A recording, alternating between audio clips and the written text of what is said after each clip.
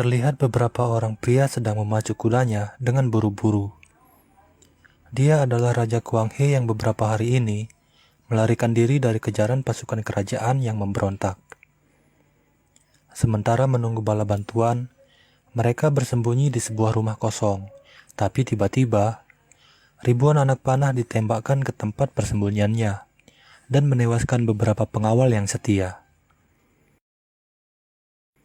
Taiyul yang selamat dari hujan panah, kemudian dengan gagah berani menghadapi para pemberontak sendirian.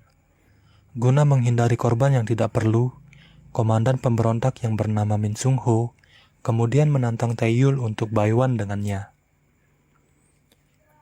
Diketahui Taiyul dan Sung Ho dulunya merupakan pengawal pribadi dari Raja Kuang He. Akan tetapi karena bujuk rayu para pejabat, akhirnya Sung Ho meninggalkan Raja Kuang He dan menjadi musuhan dengan Taiyul. Sialnya dalam pertarungan ini mata Taiyul kelilipan, sehingga memberikan Sung Ho kesempatan untuk menyerangnya. Ketika Sung Ho akan menebas Taiyul, dia dihentikan oleh Raja Kuang He yang memilih untuk menyerah. 18 tahun kemudian Taiyul hidup tenang, jauh dari pemukiman bersama anak gadisnya yang bernama Taeok. Suatu hari ketika sedang berburu, penyakit Taiyul kambuh dan hampir membuatnya pingsan. Karena kondisi matanya sudah sangat parah, mereka disarankan untuk pergi ke Hua Sintang guna mencari obat. Si tabib yakin bahwa mereka akan mendapat obat jika menyebut namanya. Taeok berusaha membujuk ayahnya agar mau pergi ke Hua Sintang. Namun entah mengapa ayahnya menolak pergi ke sana, yang membuat Taeok menjadi bingung. Setelah mengancam akan pergi sendiri, Taeyul akhirnya mengalah dan setuju untuk pergi bersama Taeok. Keesokan harinya mereka pun turun gunung dan pergi menuju Hua Sintang. Saat melewati pasar, Taeok melihat ada keributan dan karena penasaran, dia pun berjalan mendatanginya. Ternyata keributan itu disebabkan oleh para pedagang budak yang sedang menjual istri dari salah seorang warga setempat.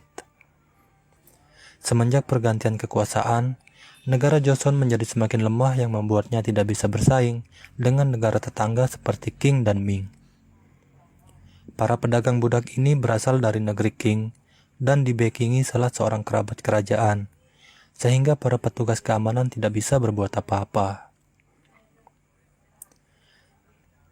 Di tempat lain, seorang pejabat Joseon bernama Lee Man-hyuk sedang menjamu utusan dari negeri Qing. Kemudian salah seorang kerabat kerajaan dari negeri Qing datang dan bergabung. Dia adalah Guru Tai, salah seorang pendekar pedang terbaik dari negeri Qing, dan juga ketua kelompok Huang yang adalah para pedagang budak. Di tengah diskusi mereka, suasana menjadi panas. Guru Tai dengan sengaja menghina kerajaan Joseon yang membuat Min Sung Ho menjadi geram.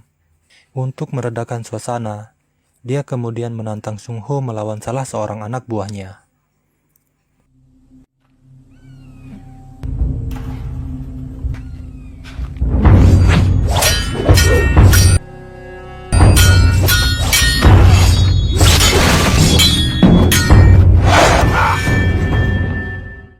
Duel dihentikan ketika pedang Sung Ho hampir menusuk leher lawannya. Guru Tai dan anak buahnya kemudian pergi meninggalkan perjamuan itu.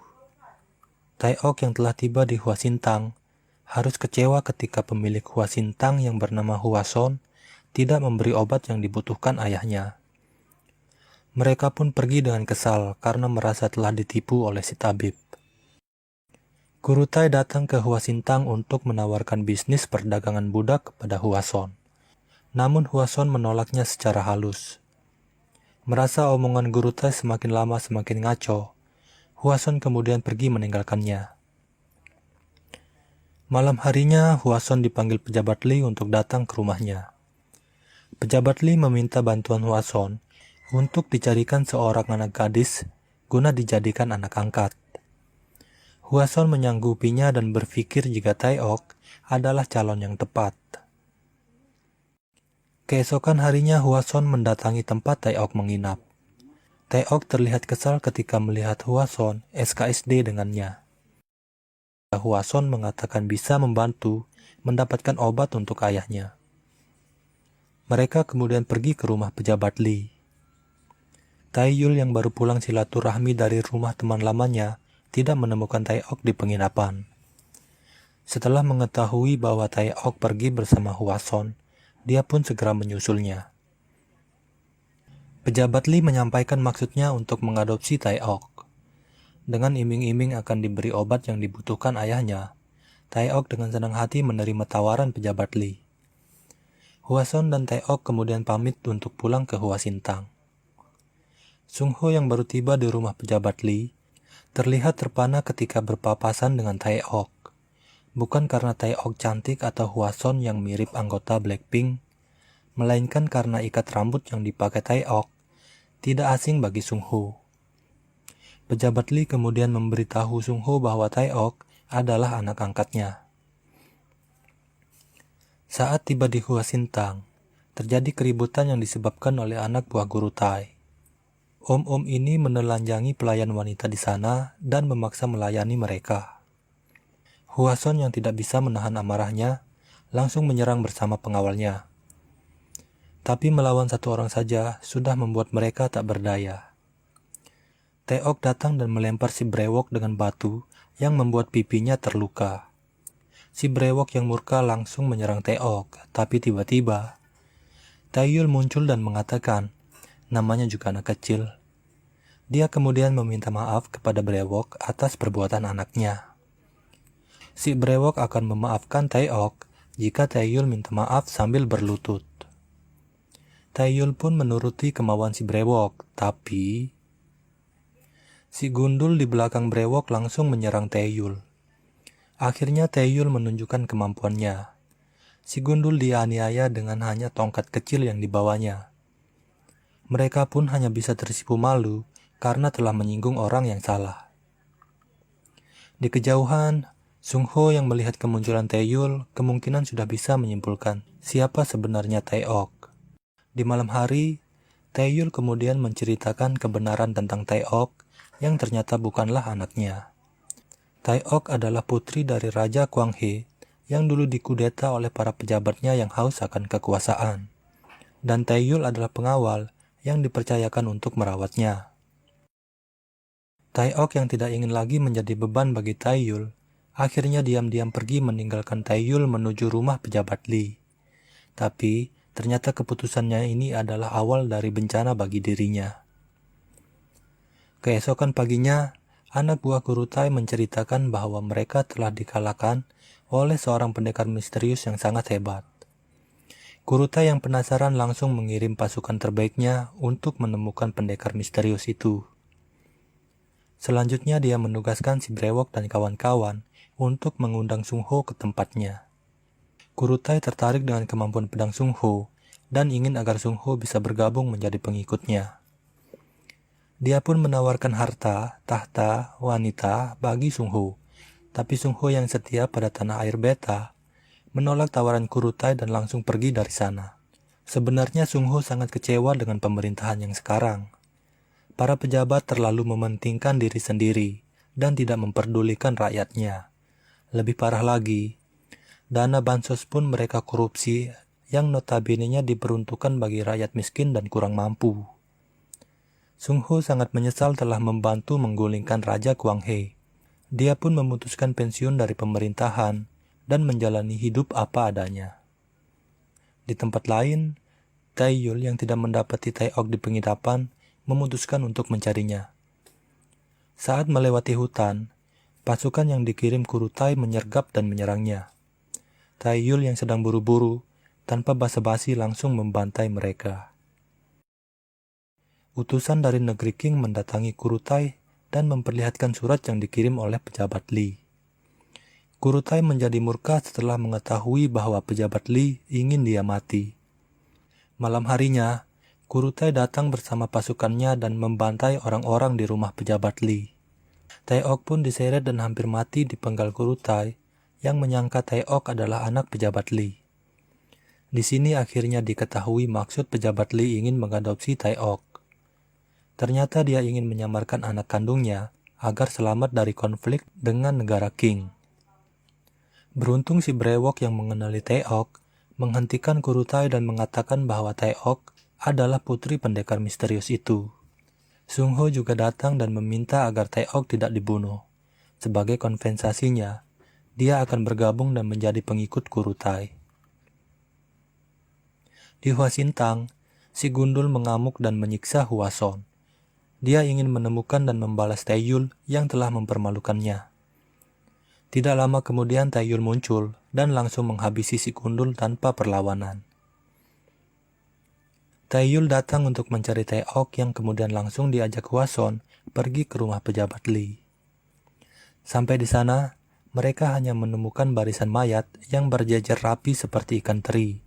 Tapi Taeok tidak ada di sana yang bisa disimpulkan bahwa saat ini Taeok masih hidup. Taeyul kemudian menanyakan tempat berkumpulnya para pendekar pedang yang dijawab oleh Hwason, kedai arak. Taeyul pun pergi ke sana dan mengobrak-abrik tempat itu. Di sana dia mendapat informasi bahwa Taeok telah dibawa oleh para pedagang budak. Taeyul kemudian melanjutkan pencariannya ke markas para pedagang budak.